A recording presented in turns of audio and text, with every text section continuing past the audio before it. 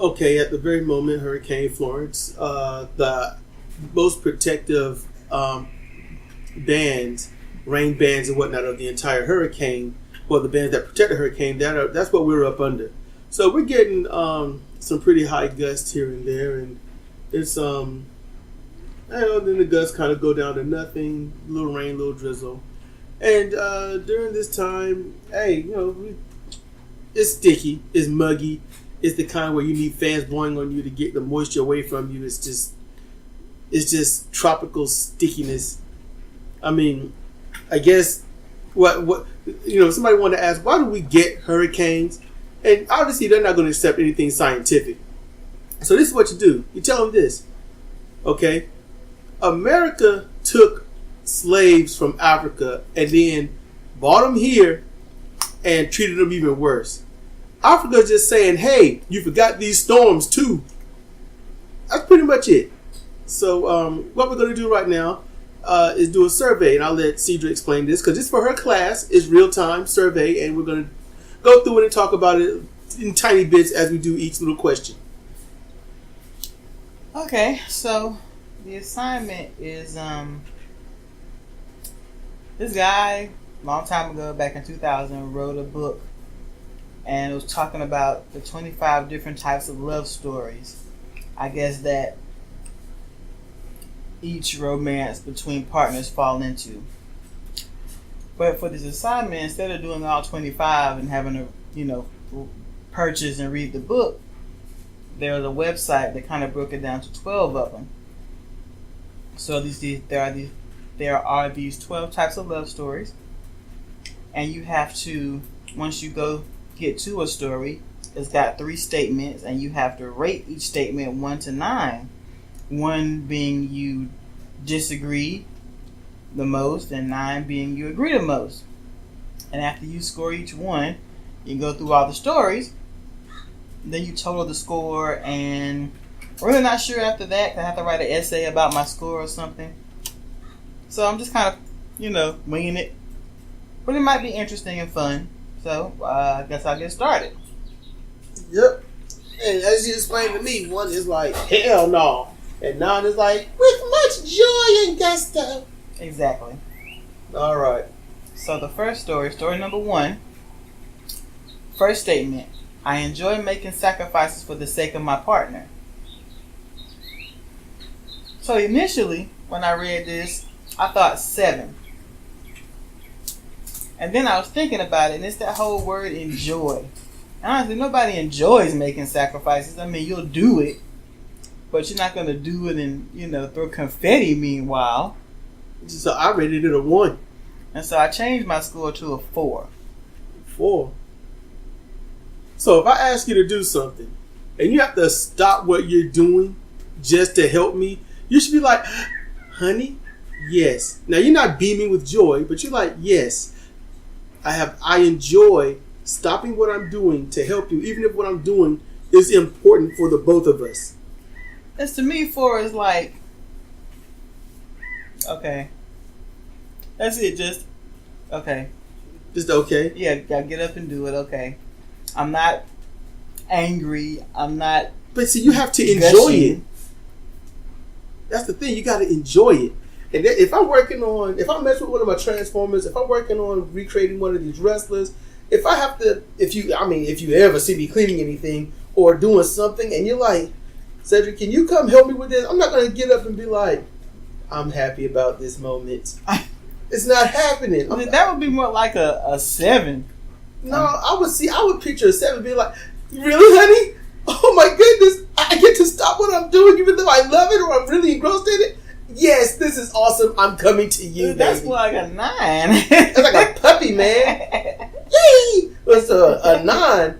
No, see, a 9 is when you go outside and just punch somebody saying, you don't understand, you got hit because I get to go help my woman or my man. Well, I got to stop doing what I'm doing. Just hit somebody. That's just, you're overjoyed. Or you just fall over unconscious because you're so happy. And now you're not helping nobody. Maybe I take these literally when I don't understand it. All right, so when I hear that you are enjoy of doing it, I'm like, okay, I got to be happy to some degree then I'm going to stop what I'm doing to help. That's how I interpret it, because it's, it's what is written. That's that's why I put 1. But if you put a 4 as in okay, I'll do it. It don't sound like you're happy, So I mean, I guess I could go with a 3 or a 4. But to me, going on what they say, I'm like 1. Okay, we'll leave it at 1 then. I'm leaving it 1. You 4? Yes. Okay. The next one. I believe sacrifice is a key part of true love. Now, I think that's a 1. Yeah, see, first of all, the word believe. I mean, believe, I believe, I mean, come on now, you're putting belief with opinion. That's how you get messed up in the first place. But you believe sacrifice, is it? I believe sacrifice is a key part of true love. The key part is what sacrifice may happen when you're in love, but not being a key part. Yeah, that's why I'm like, it don't work if you don't sacrifice. Sacrifice what? Something. Get a goat and cut his throat. I don't know what that's gonna do, but sacrifice something. We're going to the Aztec temples on this. They're gonna be bodies rolling down them steps. We got to sacrifice a lot of people because I love you. I mean, we can Van Gogh it. No, I'm not cutting nothing off me. Why? Because then you probably leave me because I cut something off me. But if you're crazy enough to cut something off of you to show that you love me, yes, I'm leaving you because I want a whole woman. Yeah. I want a part of a woman. Luckily, I still got my big toes. Was it your big toe? It was my big toe. Yeah, that's yeah. No, seriously. When we first got together, Sidra said if I didn't have a big toe, he wouldn't have got with me. That's a big toe. If you was missing a titty, a butt cheek, wait. No, if I was missing a butt cheek, then that wouldn't. We wouldn't be. We would not be. A boob, yes. A butt cheek, no. You couldn't do it. Okay. You know what? This is so shallow. But come on, guys, girls. If you meet someone and they're missing a big toe, you gonna tell me you're not gonna think about it? You're not gonna think about it. If they're missing a left or right peck or boob or whatnot, it's like okay, fine. I mean, I'm just saying. Come on now. It's a big toe. If your ears were messed up, I wouldn't have been able to do it. See? Those MMA type ears? See, I wouldn't be able to do it either. I got cauliflower ear a little bit just talking to her on the phone. No, but you can't see it. Yeah, you got to really look. Or if you had a neck like a stack of dimes. Oh, man. Who's got the neck like that? It was How to Get Away with Murder? Yeah, West. Oh, my goodness. He had that long neck and he curled around like he was a damn ostrich, man. That shit would get to me. That shit would get to me. All right, what's the next one? Okay, I ain't sacrificing. Okay, so you put 1 too? Yeah, I put a 1. All right, because it's not key. It's not key, and there's no belief with it. That makes a relationship sound religious. Damn all that. Okay, so the last one. I often compromise my own comfort to satisfy my partner's needs. Oh, repeat that slow. I was looking at a Jeep go by out the window. What? I often compromise my own comfort to satisfy my partner's needs. I often compromise my own comfort to satisfy my partner's needs. Mm-hmm. Okay, that's like, yes or no thing. Do you or do you not? How do you rate that? I'm like, well, yes, I do. I often do. I mean, how do you put that? I mean, like, what, 5? I mean, yes or no. It's not a do you agree or do you not agree. It's like I go, well, okay, to what degree? Cause like, how often do you beat your husband? Oh my goodness. 1 or 9? So okay, 1 would mean you don't compromise. 2, a little. 3, sometimes. 4, more often. I mean, you can rate it. Honestly, 9 or 7, whatever the highest one. 9 is the highest. Because in truth, would I want to do it? No. But it's not asking that. Yeah, and if you ask me for something, even though like earlier, my back is hurting, it's just hurting, and you want me to come help you, your back is hurting, you're doing the laundry, so I get up and I go there, and and I'm sitting here like, I gotta lean to this floor and pick this up. I hope she's asking for something else. And you're like, this stuff is on the floor, and I'm sitting here like, man. And then I was like, you know what? I have to call an executive decision here. So I'm like, look, this is why we have a kid. She's abundant, full of energy. Nothing gets to her. So let her do it. She's closer to the ground here. She's got a lower center of gravity, and she's just bursting with healthy energy. Let her pick it up. And then she's like, I called you because she's warming her food. I'm sitting here like, she is warming her food. I don't want to disturb her from that. But then she go running into the room like, what is it? And I'm like, oh, there's that energy. That's why I asked if you were in pain before. You asked me if I was in pain. And I'm like, I hurt, but if she needs something, I'm going to go ahead and do it. You know? Okay, so what are you saying, a 9? Yes, I'm saying 9. Okay. You know? Let me put 7. You better put a damn 9. Why? You fussing me talking about, I'm thoughtless and shit. Yeah, because you be jacking me up. I don't jack you up on purpose, though. I mean, your jacking is not good, but it's not like I planned it. We are not talking about sex or masturbation. No. We're talking about messing somebody up. Yeah. Jacking. Okay, so that's the end of that. So my score, 4, 5, is 12. Yeah. Okay, your score is 12. Give me a second. I would have wrote this down if I knew you was keeping some kind of score. You're supposed to score. I got a score for my assignment, dang it. And yours is 11. Yeah. Okay, so the sacrifice story, because it's about love stories. The sacrifice story can lead to happy relationships when both partners are content in the roles they are playing, particularly when they both make sacrifices. It is likely to cause friction when partners feel compelled to make sacrifices. Research suggests that relationships of all kinds are happiest when they are roughly equitable. The greatest risk in a sacrifice story is that the give and take will become too out of balance, with one partner always being the giver or receiver. That's what I was thinking. Like, because they asked that question, or gave that, I enjoy making sacrifices.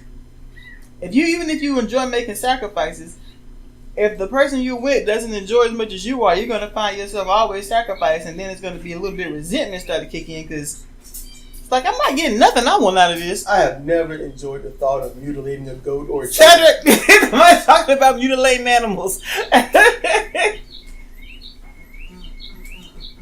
Okay, alright. That's what you say. I bet there's a picture of an Aztec temple on that thing. No, there's no Aztec temples, there's no goats. There's a bunch of people laying on the street with a corporate building on top of them. Breaking some eggs. Breaking a lot of eggs. Okay, let's see. Story 2. This breaks down into officer and suspect. So, okay. Okay, officer is right by social belief and law and. This is about love. It's not about social belief. What? You said officer. Yeah, this story breaks down to officer and suspect, but we was talking about a love story. Okay. I'll go with it. All right. So we go from mutilating goats to authority. All right. I'll mutilate your goat. Hush. I don't have a goat. That's why. Okay. I believe that you need to keep a close eye on your partner. Why do you believe that? Find something. Wait, don't be looking for something to throw at me. Quick. That's the statement, damn it. Oh. If you got a rate from 1 to 9. Okay, now repeat that. I believe that you need to keep a close eye on your partner. 4 or 5. Choose.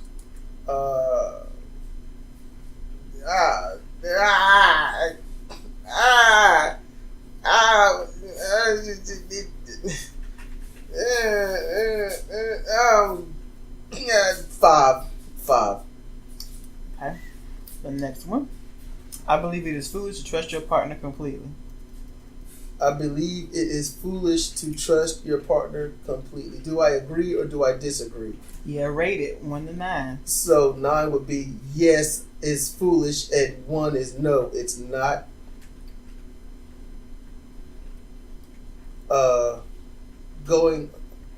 It's foolish to trust your partner completely. Mm-hmm.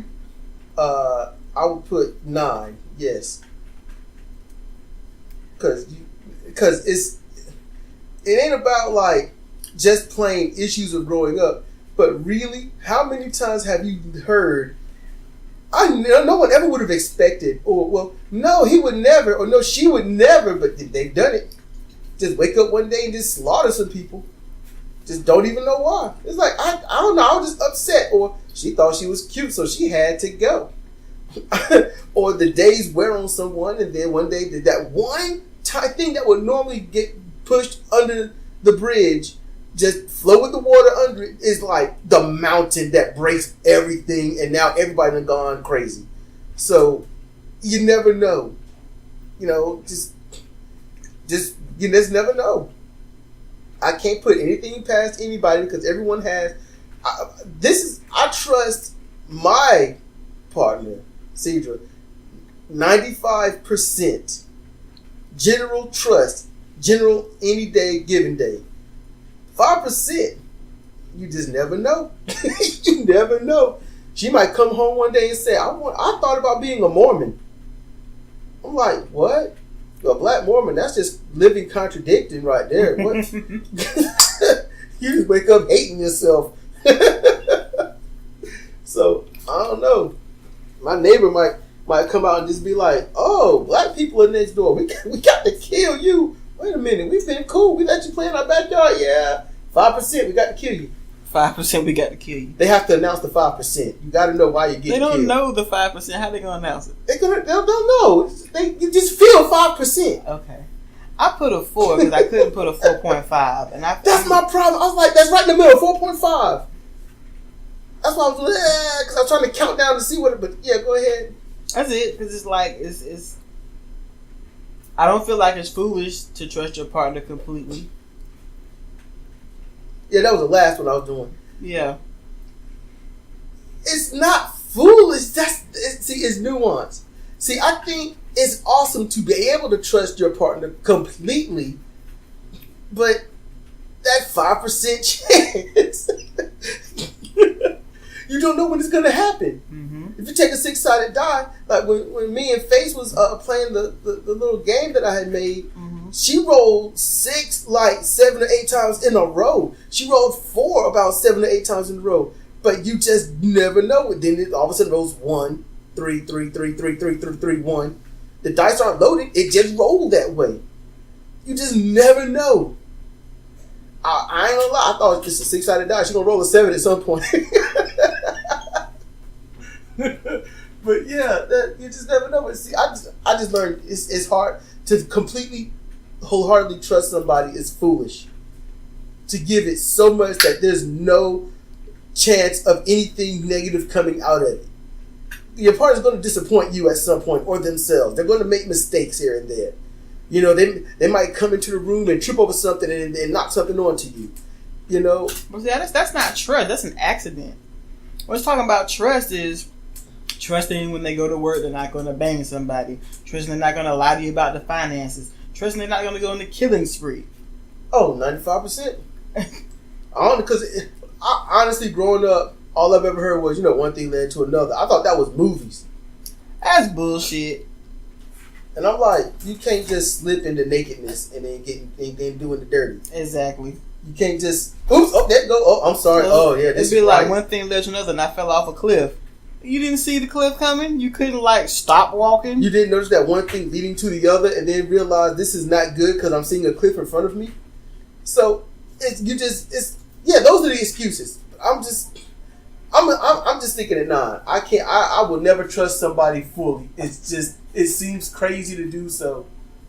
To trust somebody to the point there's no thought. Like, oh yes, this person will come home safe. This person will come home and not make me sick from something they catch at work. Or whatnot. To trust them so much that whatever happens that might be negative, you're like, it didn't come from the one I love. Or whoever I'm rooming with, or whoever you're trusting. It's something else. It has to be. No, I can't do that. Ow, my knee popped. Okay, the last one. I would never trust my partner to work closely with a person of the opposite sex? When we first met, that was like a 14 or 25 or 70. Now, going on scaling with this only, because that 9 would be probably in that range. I would say mine is probably about a 7. Let's see. Because I'll be honest with you, if I was a girl, oh hell no, my dude ain't being with some girl. Girl. It's going because I'm straight, so I have to say it this way. If I was if I was gay or lesbian, I would have to, my woman or my man wouldn't be. So I'm trying to keep it to where I am. So yeah, if I was a girl, I'd be like, no, you going to work? You ain't working with them girls. Better find another job. Because this is an investment here. See, I'm already as loony as I am as a dude. If I was a girl, I would be out of my mind. I would be out of my mind because I don't share. And I know if I was a girl, I would have an absolute commitment to killing someone that cheat on me. The longer the investment, the more of a death is going to happen. Like, we were together for a week. I'd be like, okay, I'm mad, I'm leaving, I'm out of this. A month, I'm pissed off, but I'm out of this.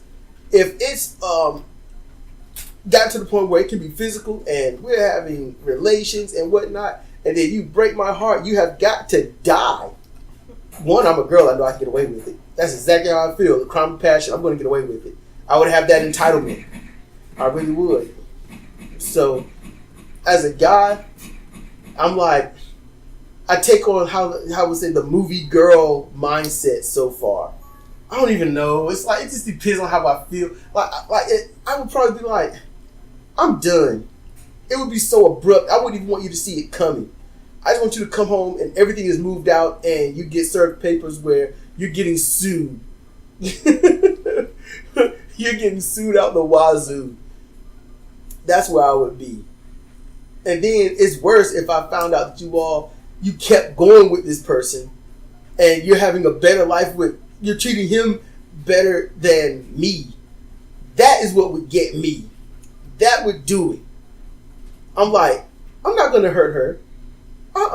But he's going to die. He's not even going to feel it coming. You're not going to see it coming. You're not going to feel it. It's going to happen. I'm like, hey, man, I'm going to meet him. What's up? How you doing? You ain't going to know who I am because you ain't going to mention me. I know that. And I'm like, what's up, man? Yeah, man, it'll be cool. Go out to eat. And then all of a sudden, is that what happened between dudes? Hey, man, let's go out to eat. Yeah. You don't go down like that. Look, you're some strange dude and go out to eat. I am not going to sit here and break down a blow-by-blow session of like the 2 or 3 or 4 weeks of meeting this dude and all this other stuff. This is not our verbal role play. All right, so I got to be quick because we're recording this. So it's like, hey, dude, what's up, man? You've been going off on your tangents. I will go off on mine. You ain't just, hey, man, how you doing? Let's go out to eat. It don't work like that. Yeah, I don't know you, man. I ain't going anywhere with you. I suggest we go out to eat. It's like, oh, snap. I got jacked for dinner. I'm paying. What's your problem, man? Let's go out to eat like men do. Yeah, exactly. Be a man and know how to eat. There's so many problems with that. We would get there and I would just be like, hey, man, there's a fly in your soup or whatever the heck you got. And then he just fall over dead from the poison I gave it. They were just thinking the fly that landed on it and he got scared and I don't know. But or I just have to stab him in the throat. Well, either way, I'm like, oh, he done bled on the plate for some reason. He got laryngitis with the knife. I don't know. That's why I can't be a criminal because I suck at it. I suck at it. Yeah, because you go to jail. I can't go to jail. I can't go to jail. And it's not what you think. I'm like you're going to get raped. Okay, yes, that's going to happen. I would come to terms with that's going to happen. All right, that's going to happen. That's not my issue. They ain't got enough toilet paper. And they got one toilet in the cell.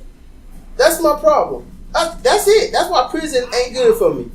They got one toilet. I got IBS. All right, you can rape me, but this is gonna be messy. I can't do it on command. It does it when you want. So it's gonna be a terrible situation for you. And I ain't cleaning it up. Okay, so I put a 3 for this. Because as Sidra knows, I'm far more trusting than he'll ever be. You should put a 1. You are obligated to put a 1.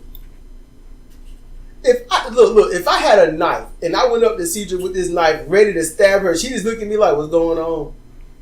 She is that trusting. Yeah, if I had a knife and I had that crazy Samuel L. Jackson look in my eyes, or the look of that dude on Harlem Nights where he was doing bad at the craps table. He was like, slip your mind. I'm gonna stick you. I'm gonna stick him. You know, if I had that crazy look and I had a knife wielding it over my head, she'd just be like, what's up? Is this Halloween or something? I'd be like, it is March. I would not be like that. That's why I'm not putting a 1. Crazy ass. I never expected him to do it. Why not? He said, I'm gonna kill you tomorrow at 3:45 p.m. with this knife. 20 years ago, perhaps. Not today. No. You have to earn that killing. That's what I like right there. I'm gonna have to earn it. Okay, so scoring for the officer part is I have an 8. And Sidra's got 16, 17, 18, 19, 20, 21. So you got 8 and I got 21. Mm-hmm. In the the officer part, talking about basically this is broke down to officer and suspect, and think about if you're dealing with a set of partners, a couple. So one is the officer. They don't trust. That's what this first part is basically showing. The other is the suspect. They trust because they're doing something. Okay, here's the suspect part. The first one. My partner often calls me several times a day to ask exactly what I am doing. Good grief, that's crazy. That's crazy right there. No, I wouldn't. No, I talk to you. Actually, I would say I talk to you on Google Chat often, but I'm usually working on something. You're at work, you're safe, and that's pretty much that counts. You know, but look. You know, I'm being full disclosure. I'm not hiding anything about me. If she's talking about anything that's going on at work, and she mentions, oh yeah, and new dude name, and I'm like, wait, what? Who is he? What's he doing? What's his credentials?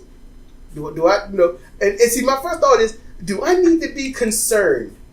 And then, and some of you might listen and be like, well, obviously, sir, you're insecure, and I'm gonna tell you, no shit, Sherlock. And here's the thing: so it's a new dude working. You want to know credentials. In order to get that, I got to talk to him. And then she says that, and I'm like, all right, don't worry about it. And then if I do talk to him, I tell you all about it. And then I forget. No. You don't forget. You store it away until you can be female about it. And he said, what about this dude here? And I'm like, what? It depends on what you're doing. Because what Sidra does is she'll come home and she'll talk about somebody, but she's so joyous about it at first. She's so like this new dude shows up and it's like, this is the best guy in the world. And I'm like, I'm not, and I have to really keep checking myself. So she's talking. I'm like, no, I'm hearing this. This isn't some paranoia or insecurity. She's really, and I'm looking, like, she's actually smiling about this. I'm like, what's up with this dude? So yes, it rubs me the wrong way. Because if I start talking about some female I met, and I'm like, I went out somewhere, which I don't do, but if I go out and I'm like, I met this girl and she's so cool. We did this and we did that, and it's like, Sidra would probably be like, do I need to be concerned? No, actually, Sidra would be like, oh, I like to meet her. She sounds fun.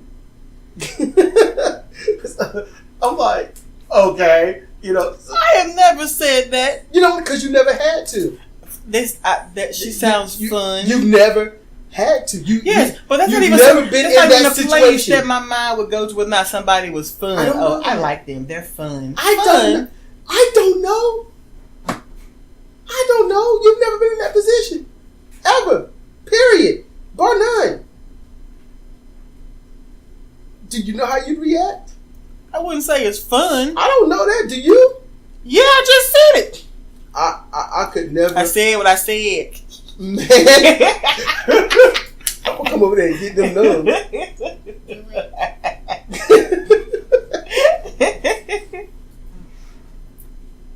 No, if I go over there, I'm just going to hurt my back or my ribs. My ribs feel tender. Yeah, you were sleeping well last night, so you don't remember what happened. Don't be Ike Turner and me. Don't. We were like this. Yeah, for real. Oh, we were like that. Yeah. We were. Let me get out of this car. I put a 1 and you put a 1. Okay, let's go to the next one. Okay, next one. My partner needs to know everything that I do. Now, you're not speaking. You're talking as if you are the suspect and I'm the officer. Okay, so my partner, you need to know everything that I do. Mm-hmm. It's weird. No, you don't, but yet you ask. But you're not asking from a distrusting point. You're asking from a, I'm bored and I want to know what you're doing. Or you've gone quiet. What's going on? Yeah. You know, it's like, I'm at work, but screw this job. What you doing over there? I don't ask what you're doing. That's weird. I don't ask. No, yours comes up elsewhere. What do you mean? And look, he knows what I'm about to say. That's why he said it. What do you mean? I'm gonna tell a story then. Okay, because I'm drawing a blank and I'm sitting here. I'm like, what can I prepare for? But I don't know. Our child is in school. It's my day off, and unfortunately, I have to go to the dentist to get a wisdom tooth pulled out my head. This after mine were pulled out? No, this is before. So. Oh crap! He has been. Wait. No. There's no wait. He has been up all night with his bowels, and so when I leave the house, he is asleep. He has not been asleep long. So I kiss him and tell him I'm going to the dentist. I drive 40 minutes away, and I get to the hospital. The dental clinic is inside the hospital. I get to the hospital. Now, inside the hospital, you have no service. Bars go away. At least on my phone. Because I got a cheap phone and cheap service. That's kind of why I got it, because it's cheap. Nuance is not a part of the story. Is okay, go ahead. So, I go in there. Anytime you go to a doctor's office or a dentist's office, you got to do a bunch of sitting. So, I sit. This is so not a good representation. I sit. The the dental hygienist comes in, gets me all prepped, cover everything up. The doctor comes in behind her, this is what we're going to do. And they commence to stick a needle 6 times in my face to numb it and yank a tooth with a big ass hole in it out my head. Luckily, it didn't fragment. I didn't need stitches. This shouldn't be part of the story, but keep going. Now, this took some time. This is not fair. This took some time. So after it's done, I'm swole. I got gauze in my mouth. I can't feel my lips. Cedric was up all night in the bathroom. He had just gotten to sleep. So I'm like, if he just got to sleep, I'm not going to call him or be sending him chimey messages to wake him up that he can't read anyway.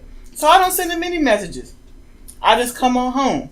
Now, by the time I get home, I'm driving through. No, you're not. I'm driving through lunch hours traffic. So I'm gone for like 3 hours. Now, one of Cedric's hang-ups is he has no concept of travel time. He likes to think that I somehow am able to teleport, which I haven't mastered yet. That's wrong. That's so wrong. He has no concept of traffic and travel time. That is so wrong. But then why you keep proving that that's the case? I'm not. Oh, how else did you beat your wife? Good grief, that's so loaded. So I get home, he's still half asleep. Man. And when he wakes up in his half sleep state, he is furious. Because I have not left him messages or called him to let him know my status. And my reasoning is because I'm trying not to wake him because I'm sensitive to his bowel situation. That shit didn't matter at the time. He was pissed. This is unfair. Now, I'm talking to him. I'm talking like this. My shit's all swollen, and I can barely enunciate because I got numb 6 times. Okay, that's how she was sounding, but when she came into the door talking, she sounded no different than she had been this whole audio. She sounded just like that to me. She just sounded tired, like, oh no, I don't feel like doing anything today. That's how she sounded. Alright. Well, no, I'm gonna let you finish, and then I'm gonna explain. That's it. I'm done. Oh. You were furious, and you laid in. I was pissed. Okay. This is so not. That's so wrong. Okay, so look. My concept is the first mistake I made. She went to the hospital way out, right? Okay, I thought she went to the practice that I go to. This is before you ever entered that practice. I know. But we've gone there because you mentioned a road and then my brain stops at that road. It just stopped. There's nothing past it. It's right there. I see the intersection. That's the general area you got to be, So, to me, I'm like, okay, it's not a 45-minute trip. It's a 15-minute trip. And it's in the morning, so traffic is either moderate or very light. So it should be at maximum 20-minute trip. So I factor the 20 minutes in, and oftentimes when we go places, it don't take long to get seen. We aren't sitting for hours. We're sitting for like a few minutes. So in my head, I didn't account for all that traffic. No, 15 minutes there, a maximum 10-minute wait, so it's 25 minutes. Then you go in, you get your procedure done. Procedure should take 1 hour, so 1 hour and roughly 20-some minutes. And then I'm like, okay, what if there's a thing? So 1 hour, 30 minutes. All right. So then after that, you got to rest up a bit and make sure some of the numbness will off so you can drive. All right. So we're up to about 1 hour 40. Then it's like a trip home. And it's later on when everyone's finally at work. So maximum time, you should be gone 2 hours max, not damn near 4 hours. No, it was 3 hours. But when I go to the bathroom and I'm in there, literally, things go not well in the upper story. I lose track of time. I usually don't know what day it is. Sometimes it'll be Wednesday and I'm like, okay, you just went to work today, so when you get off in 2 days, can we do this? Because I know you'll get paid. And she's like, I'm off tomorrow. It's Wednesday. So that happens. And also, when I got up, I'm like, I'm alone. She's not here. And I don't know if it's the morning or if it's going to the evening. And I'm freaking out if maybe my daughter didn't get into the house or something. Maybe I slept through it. I don't know what's going on. And then I get no messages. So then there's no messages. And I'm like, she hasn't sent me anything. So then I call, nothing. Call, nothing. Send a text, nothing. G-chat message, nothing.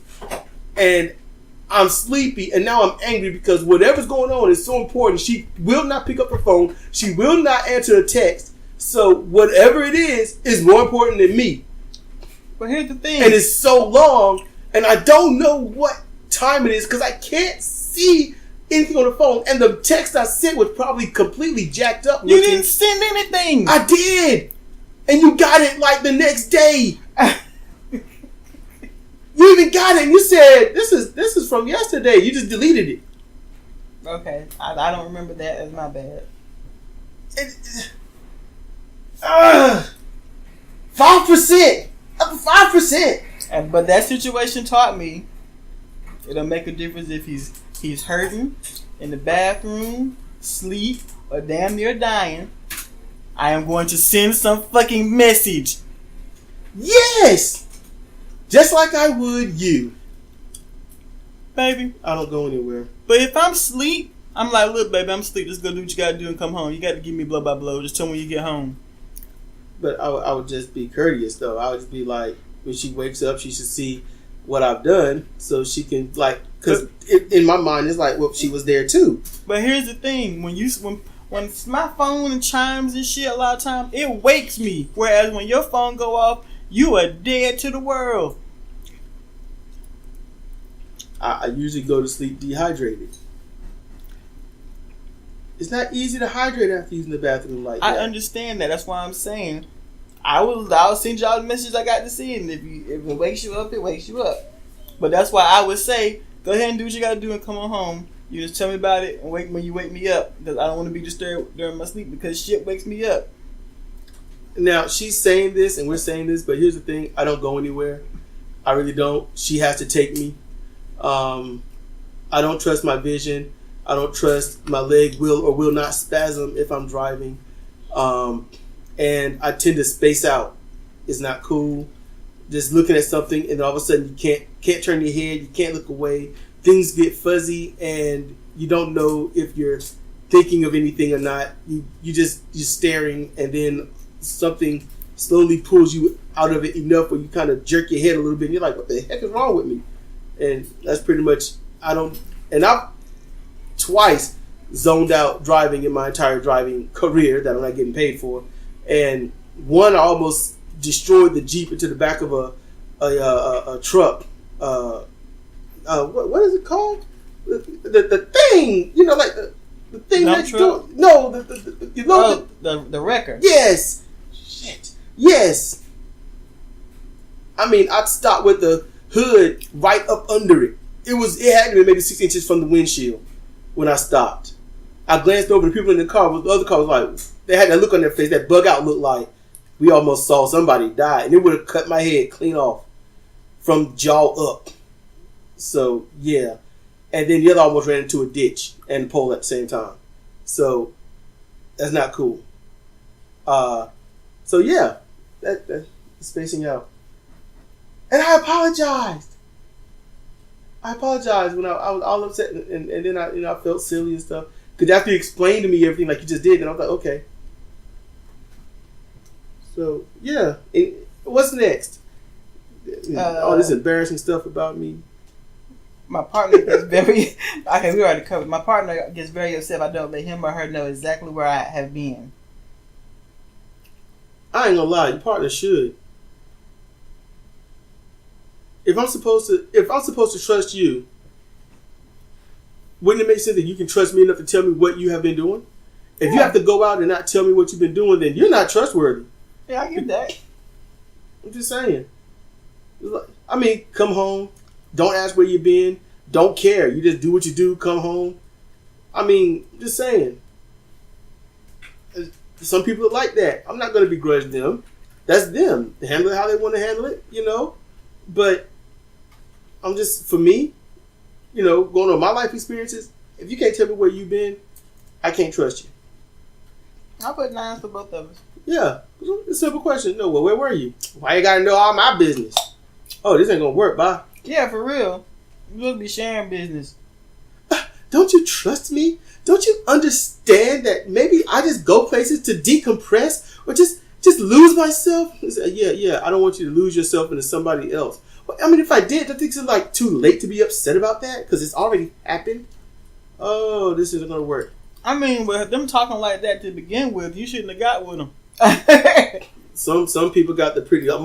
Man, you going on movies, everyone got about the same body, so, and pretty much the same face. So whatever it is that's pretty about it, you get to it, you get with it, and you're like, man, this is going to work because this person is awesome looking.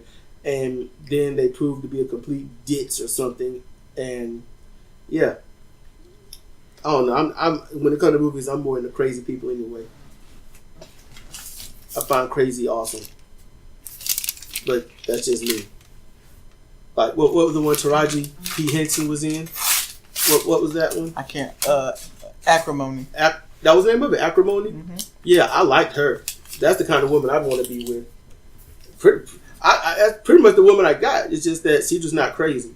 No, I'm not crazy. That's all that's missing. The crazy part. I just want to chill. And that's what I like. That's all. But I've seen her get a little crazy about things, not physically, just mentally. Like, literally, she goes like full Republican, like, your life matters nothing to me. And I'm like, yep, gotta get another kid out of this. I don't know. Okay. But ain't like your life, not mine. You know, because then I can't be here to do that. Just say. Okay, let's see. Okay, here's a synopsis for this. Police stories do not have very favorable prognosis because they can completely detach from reality. The police story may offer some people the feeling of being cared for. People who are very insecure relish the attention that they get as a suspect, that they are unable to receive in any other way. But they can end up paying a steep price. As the plot thickens, the suspect first begins to lose freedom, then dignity, and then any kind of self-respect. Eventually, the person's mental and even physical well-being may be threatened. Okay, I'm gonna be straight up with you. I'm lost. Can you break that down for layman's term for me? Okay, so like if you're the suspect, you're the constant suspect. So that means that the officer, your partner, wants to know what you're doing at all times, where you are at all times. You don't have any autonomy. So if you're a person, the officer's crazy at that point. If you're a person where you don't receive that kind of attention, that may seem like excellent attention until you come in the house one day and he's like, or she's like, "Where you been?" And you're like, "Well," and then you start to roll downhill. Oh. So this one is when it turns physical or emotionally abusive. Yes. That's what this one is. You ain't gonna be nothing about me. You ain't shit. You ain't gonna be nothing ever. It's like, you know, that's okay. You cornflakes without the milk. Yeah, it's a little bit more than attention. All right. You the door without a key. I hear you. Jerry without the curl. Jerry without the curl. Afro with no puff. All right, I hear you. Okay, story conquering with no thought. Oh. Cheap pop. Cheap pop.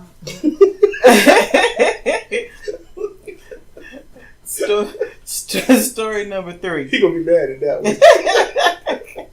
one. Okay, here's the first statement. I believe that in a good relationship, partners change and grow together. I believe in a good relationship, partners grow and change together. Yes, that's a 9. Okay. 2. I put a 9 too. I believe love is a constant process of discovery and growth. I think that's a 9. Love is a constant process of discovery and growth. I see what they mean. Okay, I'm not going to be literal. Okay, yes, that's a 9. I put a 9 too. I'm like, love is just less that. Okay, okay. And the 3rd, I believe that beginning a relationship is like starting a new journey that promises to be both exciting and challenging. Yeah. But I would give it a 6. It's in the positive range, but it's not obligated to be that. And if you think or believe that it's obligated to be both exciting and adventurous and all that, and you don't get it, then you ruined what could have been a great relationship because it wasn't starting off the way you believed it was going to be. Yeah. I put a 5. Why are you trying to be different? Are you trying to mess up my beloved core? Ain't no damn core. Prophet Joker. That's who you are. That you, John Wayne? Is that me? I still don't get that. I don't either. Me neither. Maybe somebody in the comment section could let us know. Okay, so I think partners should grow and change together. Not gonna say it's always easy. No, it's not, because they might grow a little apart. They might, grow with different opinions based on their own upbringing to what they've discovered in present time. So their outlook on it could be skewed from each other, not skewed from reality, hopefully. Yeah. But just skewed from each other. Okay, here's the synopsis. Travel stories that last beyond a very short period of time generally have a favorable prognosis because if the travelers can agree on a destination and path, they are already a long way towards success. If they can't, they often find out quite quickly that they want different things from the relationship and split up. Travel relationships tend to be dynamic and focused on the future. The greatest risk is that over time, one or both parties will change the destination or path they desire. When people speak of growing apart, they often mean that the path they wish to take are no longer the same. In such cases, the relationship is likely to become increasingly unhappy or even dissolve completely. I heard people where that's happened to, where they get divorced, but they're like still the bestest friends after the divorce. It's just that the marriage was different. Yeah. They grew apart in, what they want for their future, but once they, dissolve the marriage, they will still to be able to stay connected. And that's always great when you got kids and shit. Yes. And there's no animosity, like you keyed my car, you had a mistress. You just realize it's not going to work together. You just realize. But some people do that irresponsibly anyway. I feel like if you both are being lawyers, you're going to school to be lawyers, and then one just says, I thought about it and I'd rather go into med school. Just absolute complete change. So you want to be some kind of doctor or something, not a nurse. You want to be a doctor. So yeah. Then they said, well, look, that's going to conflict with what our goals and plans were, our philosophies upon life and things. That's going to change. It's like, you know what? It's really no different. It's really no different. So you have to have a fair amount of flexibility too. You can't be rigid. So yeah, okay. All right, the next one, story 4. Object. So this is broken down in 2 parts, just like the police and suspect. So the first one for this one is object. This is object. Yes. Okay, I'll try to get this as you go. Go ahead. The truth is that I don't mind being treated as a sex toy by my partner. That's a 9. I mean, if your partner look at you and just say, yes, that's banging material, I'm going to use that and then I'm done, and they just keep coming back to the well, why are you upset with that?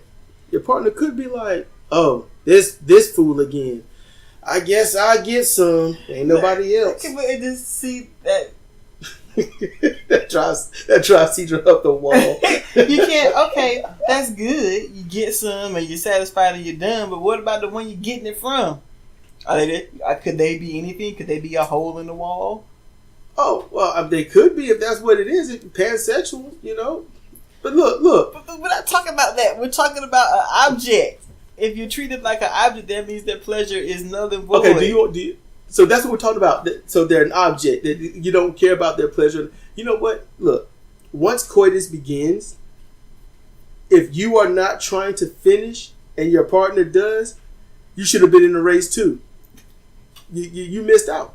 You should have been there. That's true, but for some folks, male or female, it's not always that simple. I know that. I know. Y'all need to fix yourself. What's wrong with you? Why are you taking so long? You don't have feelings? You got what? I'm looking over there. You know you're wrong. Oh my goodness. I'm gonna put a 5 for that one. So what was the question again? What was the question again? The truth is that I don't mind being treated as a sex toy by my partner. And we're going on just you're seen as an object, your emotions and feelings don't matter. Then going on that that dynamic, if that was the relationship, I don't know how long I could put up with that. Like, I would say 5. I would say 5. Because it's nice and it's cool, but it's not something you want all the time. Yeah. Okay. We put the same answer for that one. Okay, 2. It is very important to me to gratify my partner's sexual desires and whims, even if people might view them as debasing. Okay. That can go. What if your sexual partner's desires and whims is start swinging, or they want to watch you do someone else? Wait. Repeat that question, because there was a lot of assertion it seemed. Okay.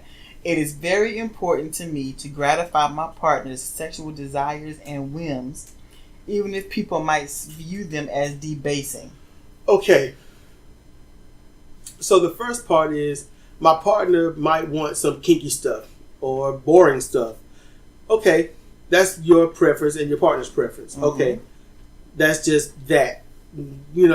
Okay. But then the second part, that's the part that bugs me. No matter, even if others might find it a certain way. And I'm like, I don't care what others think. And see, I'm stuck on it's very important for me to gratify my partner's sexual desires and whims. Okay, the scope of sexual desires and whims are so vast. So, okay, they want to bring a sex toy into the bedroom. Okay, that's cool. They want to bring a sex toy into the bedroom, and his name is Bob, and he's breathing. That's not cool. I'm going to be honest with you. For me, all I can think is 3. It's low. Like, because there's nuance that should be had, but at the same time, I'm like, okay, if you might have some kink in you, a lot of kink, but then if it decides to go somewhere else that I'm not comfortable with, then like I want to start swinging. I'm curious about that. No, bruh, no. So that's you. I'm out. I put it depends on what you want to swing with. I put it 2. I'm at that point. I'm at that stage in my life where I'm like, it just depends on what my woman wants to swing with. And see, swinging is not commitment. So I'm like, I don't know. I'm like, if I get with it, I have to keep it. So I'm like, I don't think so. That if I'm going to be with it, I have to keep it. It's just what it has to be. That's me though. That's me. But I'm just throwing myself outside of our relationship, and I'm like, it don't matter what anyone else think. Yeah, I didn't even really consider that last part. I was thinking about the first part. The last part is just as relevant as the first. It is, but and the first part, I'm like, you got to have limits. So yeah, 3, depending on what you ask. Then the second part, I don't give a damn what somebody else think. We do what we do. They want to be all up in your dang bed. You know what? Pay our rent, pay our mortgage, pay all of our bills, buy us our clothes, and then you can be all up in our business like that. Other than that, shut it up. So 3, I put 0 for that. But okay. 3 is to me 3 is grand compromisation. Yeah, I put 2. You still trying to be different. Put a 2. What are these again? Muscadine grapes. Yeah, I'm gonna eat a muscadine grape. I think muscadine. I'm like, what, armpit grape? Muscadine. The third statement. I like it when my partner wants me to try new and unusual and even painful sexual techniques. That sounds like the plot from 50 Shades of a Bad Written Story. Okay.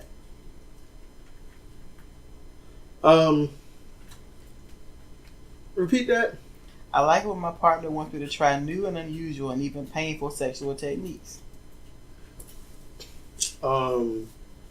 That's just opinionated. I ain't gonna lie. I will put 4, only because at this point I'm like, maybe I should just, for me personally, 2.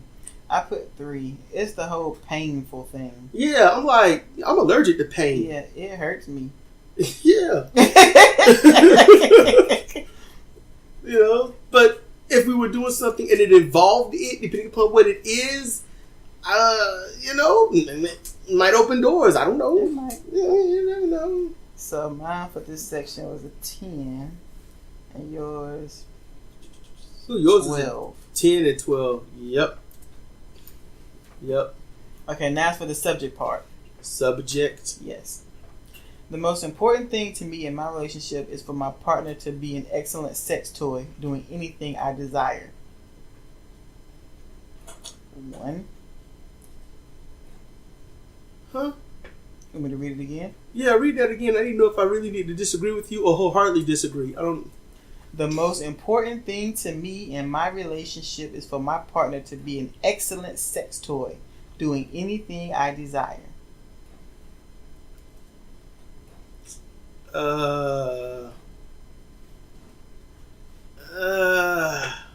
I'm like 4 and 5.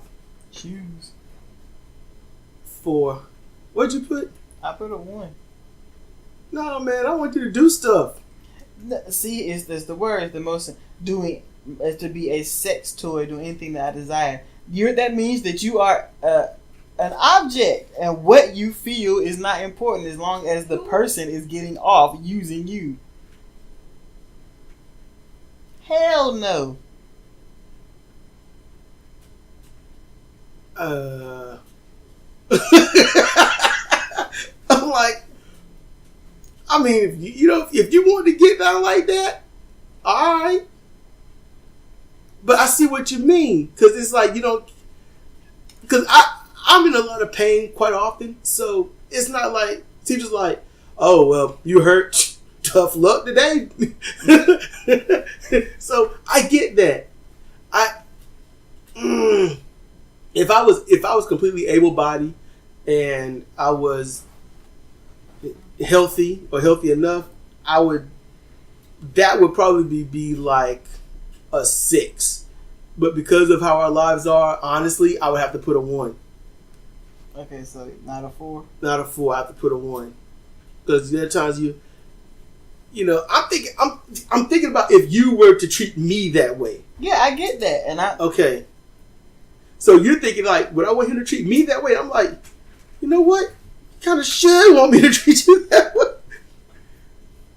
Because you know me. I'm like, look, the whole idea is women must be completely pleased. So it's like a win-win for you. But okay, fine, be all closed-minded. Go on about your business. Oh, shut up.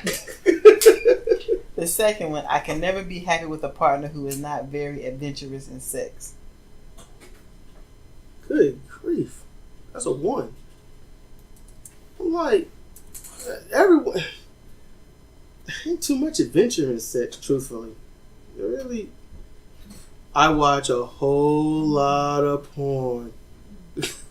There is not much adventure when it comes to it. So, I mean, it's in, it's out. It's in, it's out. That's really it. You can lick here or lick there. All sex is, do you see that body? Yes. Are you aroused by that body? Yes. Would you like to feel or rub or lick or suckle on that body in various places? Then yes. All right, get started. Yeah, but the adventurous part is like, okay, I want to strap you to the wall and throw paintballs at you. Maybe that gets you off. How? I don't know. Folks have different fetishes. Somebody wants the toes sucked. I ain't going to any toes. Somebody wants a grinding crop jammed up their crawl. What's wrong with people? That's not adventurous. That's just like, look, I just want to be hurt. They want to do it while there's a midget suspended from the corner watching. You know what? I admit, that would just be funny. I'd be like, look at him hanging. Then I feel bad. You know what? This is just not right. So, 1. I put a 1 too. You put a 1 or a 2? I put a 1 in addition. You knew I was going to mess with you. Okay, the last one. The truth is that I like a partner who feels like a sex object. I want a partner that feels like a sex object? Yes. 2. Because that's like, I'm torn between, oh no, and well, that's how she wants to feel, I'm cool with that. Maybe once every, few months. I don't know. I'm an emotional person, so I have to be in that mode for it to happen. I have to be triggered for it to have that arousal. Other than that, I'm like, I don't care. Stop. Can't we just, let's watch Luke Cage or Iron Fist or something like that, That's what I would say. That's how I... So, go ahead. Yeah, I put 2 2s. Like, on occasion, okay, but like a very rare occasion. You don't want it all the time. Yeah. I mean, you're there, you're not. All right, so that was it? Yeah. What's our score? 4. That's all ours is? Yeah. So is there something that says your score represents this or anything? It has to be totaled or something. That's right. We got to get there. All right, we got to get there. Do I need to pause this while you total it or something? No, because we have 5 more to get to, and I have to read the synopsis for this one. Oh. There are no obvious advantages to the pornography story. The disadvantages are quite clear, however. First, the excitement people attain is through degradation of themselves and others. Second, the need to debase and be debased is likely to keep escalating. Third, once one adopts the story, it may be difficult to adopt another story. Fourth, the story can become physically as well as psychologically dangerous. And finally, no matter how one tries, it is difficult to turn the story into one that's good for psychological or physical well-being. So if you're an object or you're treating someone like an object, it's hard to pull it back from that. Okay, but they talk about porn like that. And that's not what porn is. The pornography is nothing what they just described. What the general idea about porn is this. Is videotaping sexual interactions and then selling it for others to view. Yes, but I'm talking about from the point of view of why people think pornography is bad. Because the woman is the object, she gets plowed, the dude ejaculates, and then it's over. No, that's their perspective. Without the woman, the guy is just a prop. Everyone watches porn for the woman, her beauty, how pretty she is. And that happens to be, honestly, about 99% of all females in it. And so they watch her reaction, how she feels.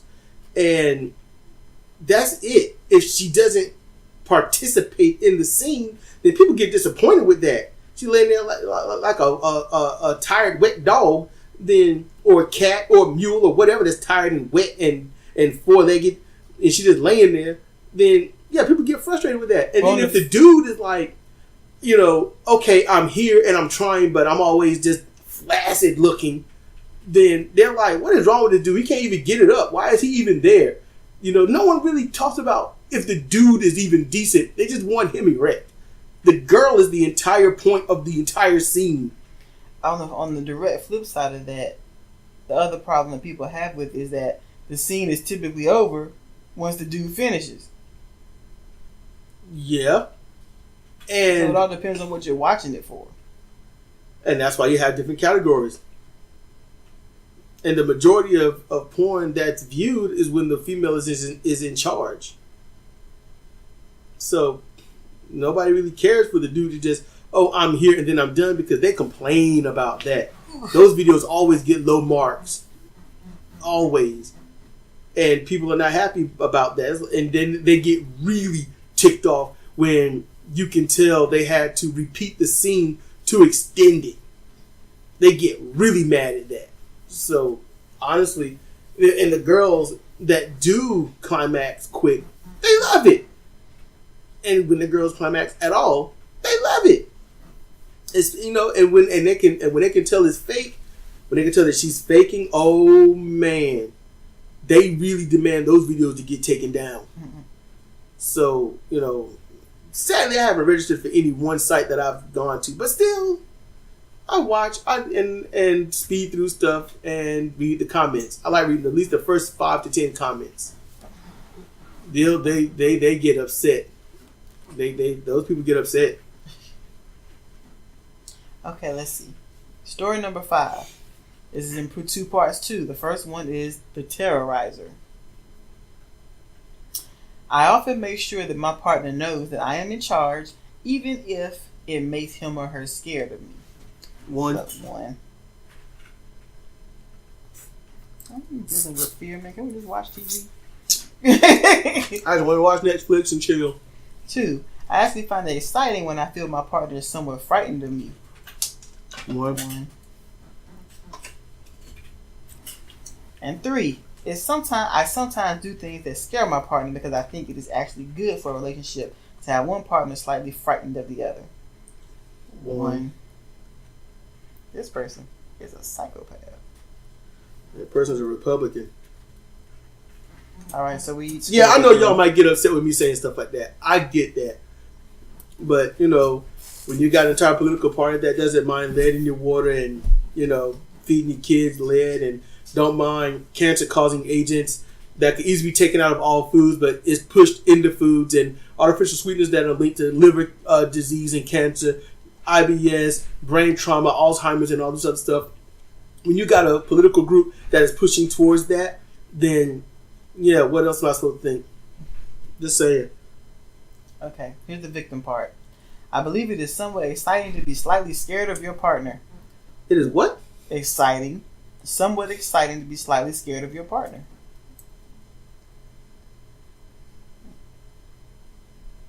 You want to be scared of me?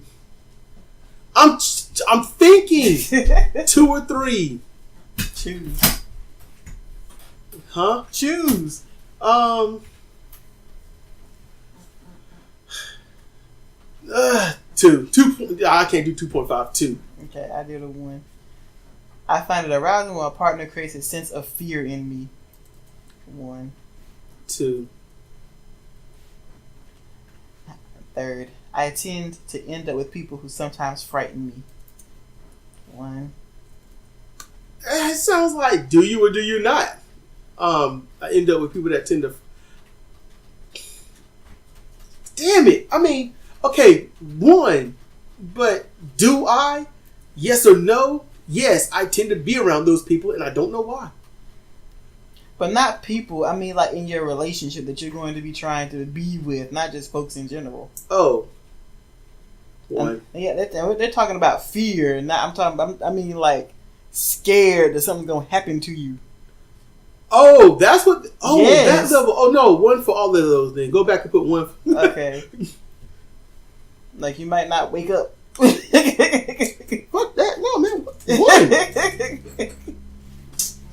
1. Okay, we both had 3s for that. In total.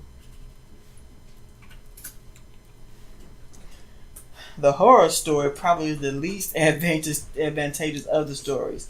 To some, it may be exciting, but the forms of terror needed to sustain the excitement tend to get out of control and to put their participants, and even sometimes those around them, at both psychological and physical risk.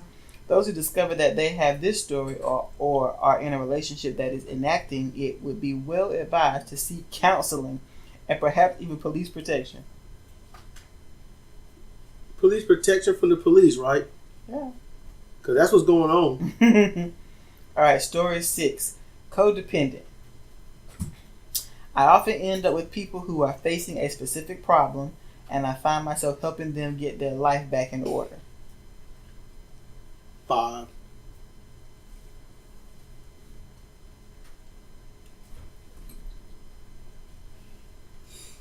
I don't like it, but that's what happens. Think about me and you. I'm thinking 6. Oh yeah, because I ain't gonna lie, I'm jacked up.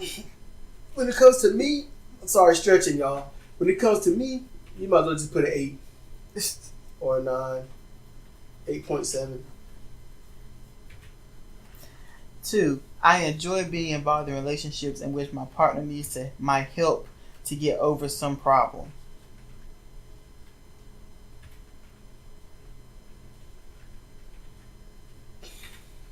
3. I don't want to be in a relationship where my partner is like, well, you. It's like, I have this situation. Don't help me. Just listen to me talk. It's like, what the? It's like, okay, so you don't want help. You don't want it resolved. You just want to complain about it and move on. No, that's not it. What it's talking about is I enjoy being in a relationship in which my partner needs my help to get over some problem.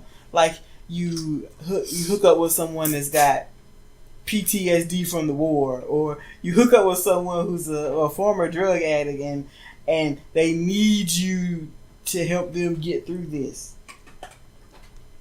That's what these all are about? I think so, yeah. In that light, put 1 for all that. Go back and put 1. I hate these stringy parts in these muscadine grapes. These grapes are so good. There you are. That stringy part. I'm going to leave the first answer for the first part. So I often end up with people who are facing a specific problem. Yeah, 2. And I find myself helping them to get their life back in order. I'm trying to get my life back in order. I'm trying to get right with the world. You know how the things go. Okay, so the last one. I often find myself with partners who need my help to recover from their past. I don't want that, but One, I don't want those people, but those people that I keep running into. Okay, but that's what I often find myself. This is where you find yourself. So one says you don't, but you just said you do. So higher. And here's the thing. As you're saying, it's not what you prefer. It's where you find yourself. So this ain't preference. This is just placement in life. Mm-hmm. In general, with relationships, correct? Mm-hmm.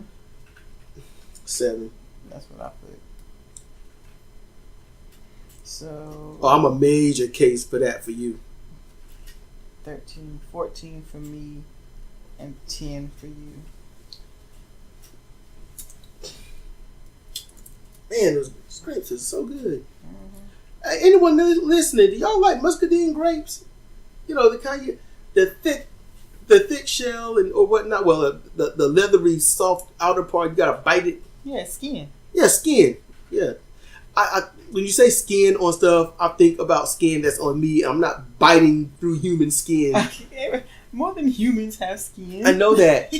I get that. Just right now, I'm looking at you and I got these and I'm like, skin. I'm not biting through her skin. Okay. I appreciate that. Okay, this was from the point of view of a person in recovery. I need someone who will help me recover from my painful past. 1. Yeah, 1. 2. I believe that a relationship can save me from a life that is crumbling around me. That's 1. Yeah, I disagree with that. 1.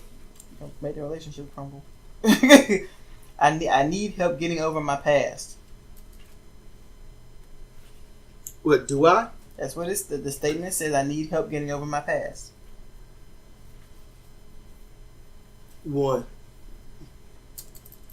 It's the terminology, getting over it. Like, get over yourself. Like, just get over it. Like, nobody cares about, like, your past or anything. Like, geez, like, it's not all about you. It should be all about me. Let's see. Okay. The main advantage to the recovery story is that the codependent may really help the other partner to recover, so long as the other partner has genuinely made the decision to recover. Many of us know individuals who sought to reform their partners only to experience total frustration when their partners made little or no effort to reform. At the same time, the codependent is someone who needs to feel he or she is helping someone and gains this feeling of making a difference to someone through the relationship. The problem: others can assist in recovery, but the decision to recover can only be made by the person in need of recovery. As a result, recovery stories can assist in, but not produce, actual recovery. That makes sense. In other words, you wasted my time. Okay, story 7. Only 3 for this. I believe a good relationship is attainable only if you spend time and energy to care for it, just as you tend to a garden. Wait, repeat that. I believe a good relationship is attainable only if you spend time and energy to care for it, just as you tend a garden. 9. That's what I was thinking. Okay. Like, you know, these things work themselves out. Don't worry about it. But she's upset, and I should probably like really attend to her needs and talk this out. Nah, man, these things settle themselves. Number 2. I believe relationships need to be nourished constantly to help weather the ups and downs of life. 9. And 3rd, I believe the secret to a successful relationship is the care that partners take of each other and of their love. 9. Mm-hmm. I have to strike the word believe. Excuse me, out of it. Oof. Okay. Oh man, that was a belch. No, that one a belch. I was able to hold that one in. Okay, it's 27 apiece for either of us. 9 times 3. Yeah, 27. The biggest advantage of a garden story is its recognition of the importance of nurture. No other story involves this amount of care and attention. The biggest potential disadvantage is that a lack of spontaneity or boredom may develop. People in garden stories are not immune to the lure of extramarital relationships, for example, and may get involved in them to generate excitement even if they still highly value their primary relationship. In getting involved in other relationships, however, they are putting the primary relationship at risk. Another potential disadvantage is that of smothering, that the attention becomes too much.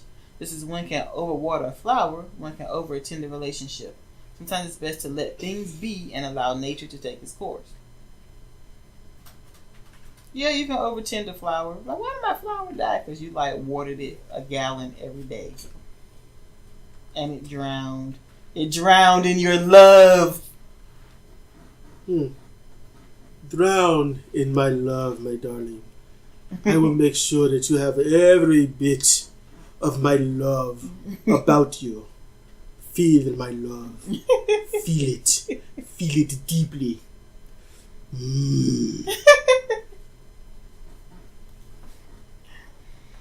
Story 8. I believe that close relationships are partnerships. 9. Wait, what? That was quick. I was reading the apple pucker bottle. What? Be reading while I'm reading.